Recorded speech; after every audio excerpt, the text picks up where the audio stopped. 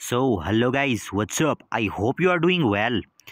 आज के इस वीडियो में हम डिस्कस करने वाले हैं क्लास 5th EVS NCERT का चैप्टर नंबर 13, जिसका नाम है अ शेल्टर सो हाई। इससे पहले हम इसका चैप्टर डिस्कस कर चुके हैं। इस वीडियो में बेसिकली हम डिस्कस करेंगे इस चैप्टर के सारे क्वेश्चन आंसर्स को। जितने भी क्वेश्चन आंसर आपकी बुक के अंदर दिए हुए हैं उन सभी को हम यहाँ पर सॉल्व करेंगे एक एक करके। चलिए स्टार्ट करते हैं। तो फर्स्ट क्वेश्चन देखिए हमारे पास क्या है। अब सबसे पहले चैप्टर का नाम देखिए क्या है। चैप्टर का नाम है अ शेल्टर सो हाई। तो फर्स्ट क्वेश्चन हमारे पास क्या है। अब आपने अपनी बुक के अंदर पेज नंबर 121 देखना है, ठीक है। आपने आपने अपनी बुक भी सामने रखनी है। तो यहाँ पर आपको देखो क्या लिखा है, फाइंड आउट। यहाँ पर लिखा है फर्स्ट क्वेश्चन हमारे पास है फाइंड आउट। इसमें देखिए क्या दिया है, check in your map which states would one pass through while travelling from Mumbai to Kashmir. अब यहाँ पर देखो क्या बोला है। आपकी बुक के अंदर जो है एक आपको मैप दिया होगा, पेज नंबर 121 निकालिए, वहाँ पर आपको एक मैप दिया हुआ है, ठीक है।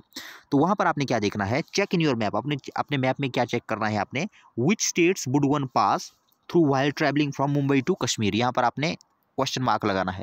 एक बात और, आपने सीधे जो है नीचे स्लाइड से देख के नहीं लिखना है, आपने एक्सप्लेनेशन को भी सुनना है। इससे क्या होगा, जब आप एक्सप्लेनेशन को सुनोगे तो आपकी अंडरस्टैंडिंग भी बनेगी और साथ में कहीं कहीं पर बीच में अगर कहीं एरर भी हो तो उसको भी जो है हम ठीक करते जाएंगे। जैसे यहाँ पर देखिए, यहाँ क्वेश्चन मार्क आएगा, ठीक है। तो यहाँ क्या कहा है, विच states would one pass through while travelling from Mumbai. अगर हमें जो है मुंबई से कश्मीर तक जाना है तो अब बीच में जो है कौन कौन से दूसरे स्टेट्स पड़ेंगे, मतलब बीच में कौन कौन से राज्य पड़ेंगे। अब देखिए चेक कीजिए अपने मैप के अंदर, पेज नंबर 121 दिया है, देखिए उसमें चेक कीजिए। तो यहाँ पर देखो कौन कौन से है। While travelling from Mumbai to Kashmir one has to pass through Maharashtra, Gujarat, Rajasthan, Punjab, Haryana, Himachal Pradesh and Jammu and Kashmir. ये इतनी सारी स्टेट्स है जिसके थ्रू जो है गुजरना पड़ेगा। तो आप खुद भी इसको देख सकते हो अपने उसके अंदर, बुक के अंदर। एक और बात यहाँ पर, ये सेकंड क्वेश्चन ये वाला है, ठीक है। ऊपर वाला ये थर्ड क्वेश्चन है, ये गलती से ऊपर आ गया है। ये वाला सेकंड क्वेश्चन है, इसको हम देखते हैं। सेकंड क्वेश्चन में हमसे क्या पूछा गया, यहाँ पर देखिए, Gaurav Jani passed through several states while going from Mumbai to Delhi. जब गौरव जानी जो है मुंबई से दिल्ली तक गया तो उसके बीच में जो है बहुत सारी जो है स्टेट्स आई, उनको जो है उसने पास किया। Find the capital cities of these states. अब देखिए गौरव जानी जिन जिन स्टेट से होके गुजरा था, जहाँ जहाँ से होके गौरव जानी गया था, मतलब मुंबई से वो जम्मू कश्मीर तक गया था, तो बीच में जितने भी वहाँ पर देखिए कौन कौन सी स्टेट्स आई थी, ठीक है। तो उनके बारे में फाइंड द कैपिटल, उनकी आपको क्या लिखनी है, उनकी आपकी जो है कैपिटल लिखनी है, मतलब उनकी आपको राजधानियाँ लिखनी है, ठीक है। Was there any other big town on the way. क्या ये तो आपको मैंने बताया कि बहुत सारी स्टेट्स आई, क्या इनको छोड़ के भी क्या कोई बड़ी बड़ी सिटीज़ भी उसके रास्ते में आई थी, वो भी हम देखेंगे। तो यहाँ पर देखो पहले तो हम कैपिटल देख लेते हैं। फर्स्ट देखिए कौन था, ये महाराष्ट्र से आया था, तो महाराष्ट्र की कैपिटल कौन है, तो यहाँ पर मुंबई हो गई हमारे पास। सेकंड हरियाणा की कौन है, देखिए कैपिटल कौन है हरियाणा की, चंडीगढ़। आपको याद रखना है जो पंजाब और हरियाणा है उन दोनों की ही कैपिटल कौन है, चंडीगढ़ है ना। नेक्स्ट हम देखते हैं, देखो राजस्थान, तो राजस्थान की देखो क्या है, जयपुर है। गुजरात की कौन सी है, गांधीनगर है, ठीक है। और लास्ट में देखो इसी में हमें एक और क्वेश्चन पूछा है, यहाँ पर देखो, was there any other big town on the way. क्या उसके अलावा इन स्टेट्स के अलावा कोई ऐसी बिग सिटी भी उसके रास्ते में आई थी। तो यहाँ पर देखो इसका आधा आंसर यहाँ पर बच गया था, ठीक है। ये गलती से ऊपर आ गया था, तो जो नीचे यहाँ तक है, यहाँ तक आपने पहले इसको लिखना है गांधीनगर तक, उसके बाद आपने ये वाला लिखना है, ये वाली जो लाइन दी है आपको ये वाली लिखनी है, क्योंकि ये गलती से ऊपर आ गई थी, ठीक है। तो यहाँ पर देखो yes there are other big towns on the way. अब वो यहाँ पर वॉज करना है आपने, देयर वॉज, ठीक है। Yes there was other big towns on the way, there were Ajmer. अब देखो ये कैपिटल तो उसने देखी जैसे, उसके अलावा और कौन कौन से ऐसे बिग सिटीज़ है जो उसके रास्ते में आई। फर्स्ट थी अजमेर, दूसरी देखिए शिमला हो गई, तीसरी देखिए अहमदाबाद हो गई। इसके अलावा अगर आपको कोई लगती है तो आप जो है उनको भी जो है लिख सकते हैं, ठीक है। तो थर्ड क्वेश्चन अब हम आ जाते हैं। देखो थर्ड क्वेश्चन यहाँ पर दिया है आपको, तो ये देखिए, इज मनाली अ प्लेन और हिली एरिया। जो मनाली है क्या वो एक प्लेन जगह है या एक हिली एरिया है, मतलब क्या ये मैदानी इलाका है या एक पहाड़ी इलाका है। इन विच स्टेट इज़ इट, ये जो है किस स्टेट के अंदर है। तो आपको पता होगा मनाली कहाँ पर है, मनाली जो है हिमाचल प्रदेश के अंदर है और कुल्लू डिस्ट्रिक्ट के अंदर ये आता है। तो यहाँ पर देखो Manali is a hilly area, Manali कैसा एरिया है, एक हिली एरिया है, मतलब एक पहाड़ी इलाका है। It is in Himachal Pradesh, ये कहाँ पर है स्थित है, ये जो है हिमाचल प्रदेश के अंदर स्थित है। नेक्स्ट हम देखते हैं, नेक्स्ट क्वेश्चन देखिए क्या है। ये तो थर्ड सेकंड क्वेश्चन था, ये हमने देख लिया। नेक्स्ट अब आपने आ जाना है पेज नंबर 122 के ऊपर। अब देखिए वहाँ पर लिखा है टेल। अपनी बुक भी अपने सामने रखनी है। अब देखिए पेज नंबर 122 पर क्वेश्चन कौन सा है, हमें दिया हुआ टेल। ठीक है, तो यहाँ पर देखो क्या क्वेश्चन दिया है हमें। Have you ever stayed in a tent, where, what was it like. क्या आप कभी किसी टेंट के अंदर जो है ठहरे हो, मतलब आपने कभी किसी टेंट के अंदर जो है रात काटी है। वेयर, कब, मतलब कहाँ, वेयर मतलब कहाँ। व्हाट वाज इट लाइक, जब आप उस टेंट के अंदर रह रहे थे तो आपको कैसा लग रहा था। व्हाट वाज इट लाइक, वो किसकी तरह आपको लग रहा था। तो यहाँ पर देखिए क्या क्या लिखा है इसमें। यस, आप जो है इसको अपने अकॉर्डिंग भी लिख सकते हो। Yes once I have stayed in a tent, हाँ एक बार मैं जो हूँ एक टेंट के अंदर मैं रहा हूँ। इन a tent in a NCC camp, मतलब जब हमारा एक एनसीसी का कैंप लगा था, मतलब स्कूल से हमारा कोई एनसीसी का कैंप लगा था, या हम कह सकते हैं कि कोई स्पोर्ट्स का कैंप लगा था, या आप कभी कोई ऐसी एक्टिविटी में गए हो जहाँ पर आपको टेंट में रहना पड़ा है, तो उसको आप यहाँ पर लिख सकते हो। ठीक है, it was very adventurous experience, ये कैसा एक्सपीरियंस था मेरे लिए, एक बहुत ही एडवेंचरस एक्सपीरियंस था। मतलब उस टेंट के अंदर रहना मेरे लिए बहुत ही एक एडवेंचरस एक्सपीरियंस था, है ना। नेक्स्ट देखिए, नेक्स्ट क्वेश्चन क्या है, इसी में ही पेज नंबर 122 के ऊपर ही। Imagine that you were to stay alone in small tent for 2 days and could take with you only 10 things, make a list of these 10 things. अब यहाँ पर देखो आपको क्या कहा गया है। अब मान लीजिए, अगर मान लीजिए आपको कोई कहता है कि आपको जो है 2 दिनों तक कहाँ पर रहना है, 2 दिनों तक आपको जो है एक टेंट के अंदर रहना है। ठीक है, आपको किसी ने चैलेंज कर दिया, तो यहाँ पर आपको कहा गया है कि make a list of these 10 things. आपको ये कहा जाए कि आपको 2 दिनों तक एक टेंट के अंदर रहना है और आपको सिर्फ और सिर्फ 10 चीज़ें जो है चूज़ करनी है जो कि आपके पास रहेंगी। तो आप कौन कौन सी चीज़ें जो है चूज़ करोगे। तो यहाँ पर देखिए क्या क्या है। यहाँ पर क्लोथ्स, सबसे पहले तो मैं क्लोथ चूज़ करूँगा। दूसरा है ब्लैंकेट, मतलब एक कंबल भी चूज़ करूँगा क्योंकि ठंड होगी। और टॉर्च, मतलब रात में कहीं अगर प्रॉब्लम हो जाए तो उसके लिए टॉर्च चाहिए। और वाटर चाहिए पीने के लिए, जैकेट चाहिए, स्टिक चाहिए, फूड चाहिए, कैमरा चाहिए, शूज़ चाहिए या मेडिसिन चाहिए। इसके अलावा अगर आपको कुछ लगता है तो आप जो है अपने अकॉर्डिंग भी लिख सकते हो जो आपको चाहिए। ठीक है, वो भी आप लिख सकते हो। नेक्स्ट हम चलते हैं, नेक्स्ट क्वेश्चन देखिए क्या है इसमें। What are the different types of houses that you have seen, tell your friends about it, make drawing too. अब यहाँ पर देखो आपको क्या कहा गया है कि आपने जितनी भी टाइप के आज तक घर देखे अपनी लाइफ में, आपको जो है उनके बारे में क्या करना है। What are the different types, मतलब वो कौन कौन सी किस किस टाइप के घर आपने देखे हैं अपनी लाइफ में। Tell your friends about it, अपने फ्रेंड्स को इसके बारे में बताइए। मेक ड्राइंग्स टू, अब ये ड्राइंग आपको खुद बनानी है, किस किस तरह के घर आपने बनाए हैं उसकी आपको ड्राइंग जो है खुद बनानी है। तो यहाँ पर देखो फर्स्ट क्या है मेरे पास, the different type of houses I have seen are, मतलब वो मैंने जो है बहुत सारे अलग अलग टाइप के घर देखे हैं, उनमें से जो मैंने देखे हैं उनके बारे में यहाँ पर बताया गया है। ठीक है, कौन कौन से। अब देखो फर्स्ट क्या है, wooden houses are founded in hilly areas, मतलब हिली एरियाज मतलब पहाड़ी इलाके आपने देखे होंगे, पहाड़ों वाले इलाके, तो वहां पर ज्यादातर घर किसके बने होते हैं, तो वो जो है वुड के जो है हमारे पास बने रहते हैं। दूसरा देखिए क्या है हमारे पास, mud and bamboo houses in villages, जो विलेजेस होते हैं वहां पर कैसे होते हैं, मड मतलब जो हमारे पास गीली मिट्टी होती है, तो उससे जो है या बेम्बो से जो है गांव के अंदर हम देखते हैं कि घर जो है बने रहते हैं। नेक्स्ट देखिए क्या है हमारे पास, पक्का हाउसेज इन सिटीज़ के अंदर हम देखते हैं कैसे हाउस होते हैं, पक्का हाउसेज होते हैं, मतलब सीमेंट हम देखते हैं, जो सीमेंट हो गया, सरिया हो गया, इस तरह की जो है काफ़ी हार्ड चीज़ों से जो है यहाँ पर जो है शहरों में घर बने रहते हैं। नेक्स्ट देखिए क्या है हमारे पास, पेज नंबर 123। अब आपने आ जाना है पेज नंबर 123 के ऊपर। तो यहाँ पर देखिए क्या लिखा है, राइट। ठीक है, तो यहाँ पर देखो क्या लिखा है, during winter Tashi and his family live on the ground floor, why would they doing so. अब देखो आपने देखा था चैप्टर के अंदर, जब हमने चैप्टर पढ़ा था, जो ताशी था और उसकी जो फैमिली थी वो कहाँ पर रहती थी, विंटर के दौरान, मतलब सर्दियों में कहाँ रहती थी उसकी फैमिली जो है सर्दियों के दौरान जो है कहाँ रहती थी, ग्राउंड फ्लोर में रहती थी। ग्राउंड फ्लोर का मतलब क्या होता है, जो नीचे की मंजिल। फॉर एग्जाम्पल ये मान लीजिए एक घर है, तो ये उसका ग्राउंड फ्लोर हो गया। ठीक है, जो नीचे नीचे होता है उसको क्या कहते हैं हम, ग्राउंड फ्लोर। तो वहां पर क्यों रहती थी, तो यहाँ पर देखिए क्या है, to protect themselves from cold winter Tashi and his family live on ground floor in winter, मतलब सर्दियों में ताशी और उसकी फैमिली जो है ग्राउंड फ्लोर में रहते थे विंटर से बचने के लिए।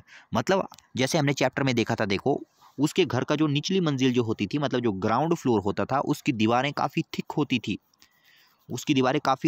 थी, ना ही उसमें कोई विंडो होती थी जहाँ से कि हवा एंटर कर जाए और उनको ठंड हो। ठीक है, तो इसलिए वो क्या करते थे, सर्दियों में निचले फ्लोर में रहते थे, क्योंकि यहाँ पर जो है उन्हें ठंड कम लगती थी, इसलिए वो सर्दी से जो है बचे रहते थे। नेक्स्ट हम चलते हैं नेक्स्ट क्वेश्चन की ओर। देखो नेक्स्ट क्वेश्चन क्या है, what is the roof of your house like. अब आपने अपने रूफ, घर की रूफ के बारे में बताना है। रूफ का मतलब क्या होता है, छत। ठीक है, आपके घर की छत कैसी है। What all is the roof used for, मतलब जो रूफ होती है उसका यूज जो है किसके लिए किया जाता है। तो यहाँ पर देखो क्या है, the roof of my house is flat. मेरे घर की रूफ कैसी है, वो जो है फ्लैट है। It is use for drawing clothes, ये जो है क्लोथ्स को ड्राई करने के भी काम आती है, मतलब जो कपड़े धोए होते हैं उनको सुखाने के काम आती है। It is also use for sleeping in summers, मतलब समर के दौरान यहाँ पर सोने के भी ये काम आती है। गेटिंग सनलाइट इन विंटर, मतलब विंटर के दौरान हम जो है धूप सेकने के लिए जो है छत पर चले जाते हैं, मतलब उस टाइम जो है सनलाइट को के लिए अच्छा सोर्स बन जाता है हमारे हाउस की छत के ऊपर, वहाँ पर हम धूप सेकने के लिए चले जाते हैं, है ना। नेक्स्ट हम चलते हैं, देखो पेज नंबर 124 के ऊपर अब आपने आ जाना है, पेज नंबर 124। तो यहाँ पर देखो क्वेश्चन क्या दिया है आपको, why did Gaurav Jani say this place is so high that it is difficult to breathe normally. यहाँ पर देखो क्या बोला है, इसको आपने अलग अलग लिखना है, ब्रेथ अलग है, नॉर्मली अलग है। ठीक है, गौरव जानी ने ऐसा क्यों कहा, this place is so high, ये प्लेस बहुत ही ऊंचा है, that it is difficult to breathe normally, जहाँ पर जो है नॉर्मली जो है सांस लेना भी बहुत मुश्किल है। अब आपको पता होगा जितना हम हाइट में जाते हैं, मतलब पहाड़ में हम जितना हाइट में जाएंगे तो हमें जो है सांस लेने में जो है उतनी ही प्रॉब्लम होती है, क्योंकि जितना हम मैदानी इलाकों में ऊपर ऊपर जाते हैं, मतलब जितना हम पहाड़ के ऊपर ऊपर चढ़ते जाते हैं, तो वहाँ पर जो है ऑक्सीजन जो है कम होती जाती है, ऑक्सीजन का लेवल कम होता जाता है, इसलिए हमें सांस लेने में जो है प्रॉब्लम होती है। तो यहाँ पर देखो वो ऐसा ही कह रहा है कि जहाँ पर वो गया हुआ है वहाँ कैसा है, वहाँ पर जो है बहुत ही हाइट है। वो क्यों है हाइट, क्योंकि वहाँ पर जो है सांस लेने में भी डिफिकल्टी होती है। ऐसा उसने क्यों कहा, तो यहाँ पर देखिए आंसर क्या है इसका, because high altitude there is deficiency of oxygen. Because यहाँ पर देखिए ये भी आपको अलग अलग करना है, ये बिकॉज है, ये थोड़ा मिक्स हो गया। ठीक है, बिकॉज इसके बाद है एट। ठीक है, ये दोनों अलग अलग वर्ड्स है। ठीक है, तो आप इसको करेक्ट कर लो अभी, because at high altitude there is deficiency of oxygen. Deficiency का मतलब क्या होता है, डेफिशिएंसी का मतलब होता है कमी। ठीक है, डेफिशिएंसी क्या होती है, कमी। तो देखो बिकॉज एट हाई एल्टीट्यूड, जैसा कि मैंने आपको कहा यहाँ इसको करेक्ट कर लेना, बिकॉज इतना है, ये एट अलग है। ठीक है, because at high altitude there is deficiency of oxygen, जैसा कि मैंने आपको कहा जितना हम हाइट में जाएंगे तो क्या होता है, ऑक्सीजन घटती जाती है, और आपको पता है कि ऑक्सीजन तो हमें सांस लेने के लिए चाहिए। नेक्स्ट देखिए, therefore it is difficult for Gaurav Jani to breathe normally, इसलिए जो है गौरव जानी को सांस लेने में प्रॉब्लम हो रही थी। नेक्स्ट देखो क्या है, have you ever been to a high place where, क्या आप कभी किसी हाई प्लेस में गए हो, मतलब कभी किसी ऊंचे इलाके में गए हो, वेयर। तो देखिए, yes I have been to Shimla, हाँ मैं एक बार शिमला गया हूँ। अ हिली एरिया, जो कि क्या है, एक हिली एरिया है। At what height was it, do you have any difficulty in breathing there. अब आपको पूछ रहा है कि जहाँ पर आप गए हुए थे जिस हिली एरिया में, वो कितना ऊंचा था लगभग, और क्या आपको वहाँ पर जो है सांस लेने में प्रॉब्लम हुई। तो यहाँ पर देखो क्या है, Shimla is at about 200 metres height, जो शिमला है वो अप्रोक्सीमेटली 2000 मीटर की हाइट पर स्थित है। I had no difficulty in breathing there, मुझे जो है कोई भी डिफिकल्टी नहीं हुई ब्रेथ को लेने, मतलब सांस लेने में मुझे कोई भी प्रॉब्लम वहाँ पर नहीं हुई। नेक्स्ट हम देखते, देखिए, which is the highest place you have ever been to. तो इसको हम देखते हैं, which is the highest place you have ever been to. तो इसमें देखिए क्या है, द हाइएस्ट प्लेस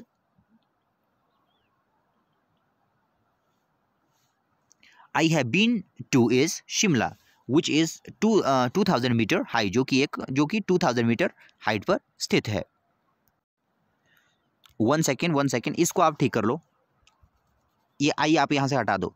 ठीक है, सॉरी, यहाँ पर इस तरह से HIGHEST इस तरह से करना है आपको। ठीक है, आपने EB से हटा देना है, HIGHEST इस तरह से। ठीक है, मैं आपको कह रहा हूँ कि आपने एक्सप्लेनेशन को भी सुनना है, क्योंकि बीच में कई जगह एरर हो जाते हैं, तो इस तरह से क्या होगा, हम उसको करेक्ट भी करते जाएंगे। ठीक है, नेक्स्ट देखो क्या है, अब हमने आ जाना है पेज नंबर 127 के ऊपर।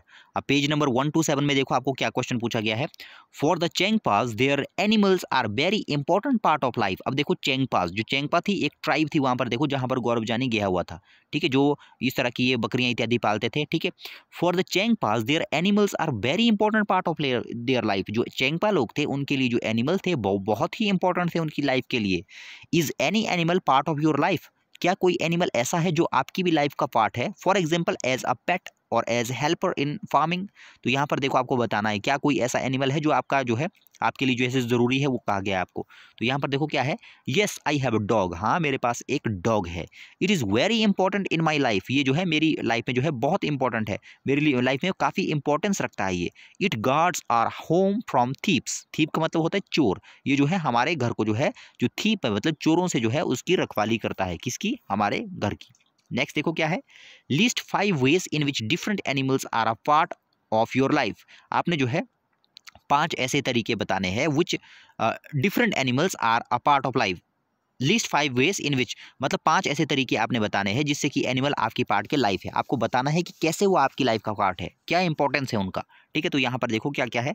फर्स्ट मैंने लिखा है काऊ, तो काऊ क्या करती है, काऊ गिव्स अस मिल्क, काऊ हमें मिल्क देती है, which is very important for our health, जो कि हमारी हेल्थ के लिए बहुत ही इंपॉर्टेंट है ना। ये देखो IMPOR लिखा है यहाँ पर, इम्पोर और टेंट ये एक ही वर्ड है। ठीक है, दूसरा देखो क्या है, गॉट।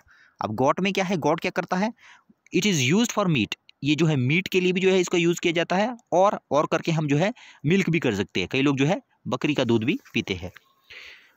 नेक्स्ट हम देखते हैं, नेक्स्ट देखो क्या है, बफेलो। बफेलो का यूज़ क्यों किया जाता है, it is use for milk, buffalo को भी हम किसके लिए पालते हैं, इसको भी जो है हम मिल्क के लिए पालते हैं। दूसरा देखो हॉर्स है, हॉर्स क्या करता है, it is used in horse cart, ये जो है जो हॉर्स कार्ट होता है मतलब जो घोड़ा गाड़ी होता है, इसके अंदर इसका यूज़ किया जाता है। दूसरा देखो क्या है, डॉग।